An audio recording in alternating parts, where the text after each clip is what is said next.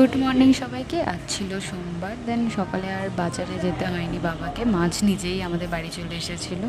যাই হোক, আমি তো সমস্ত কিছু রেডি করে বেরিয়ে পড়েছিলাম কাজের উদ্দেশ্যে। দেন এই বিস্কিটটা খেলাম। তারপর আমি যেহেতু লাঞ্চ নিয়ে যাইনি আজকেও, তো কিনতে বেরিয়েছিলাম, পরোটা কিনেছিলাম আমি। দেন তারপর দুপুরে খেয়ে দিয়ে বিকেলবেলা একটু চা নিতে বেরিয়েছিলাম। দেন আমার এখনও চায়ের সাথে প্রজাপতি বিস্কিট খেতে খুব ভাল লাগে, আমি খাই মাঝে সাঝে। তারপর আজ ওয়েদারটা সত্যি ভীষণই খারাপ ছিল, ভালো লাগছিল না, সকাল থেকে বৃষ্টি আর বৃষ্টি। তো বাইরেটা একটু দাঁড়িয়ে দেখছিলাম। দেন তারপর আবার অফিসেই চলে এলাম। তো খিদে পাচ্ছিলো, তো এনেছিলাম চাউমিন। তারপর সোজা বাড়িতে গিয়েই তো ফার্স্টে খেয়েছিলাম চা।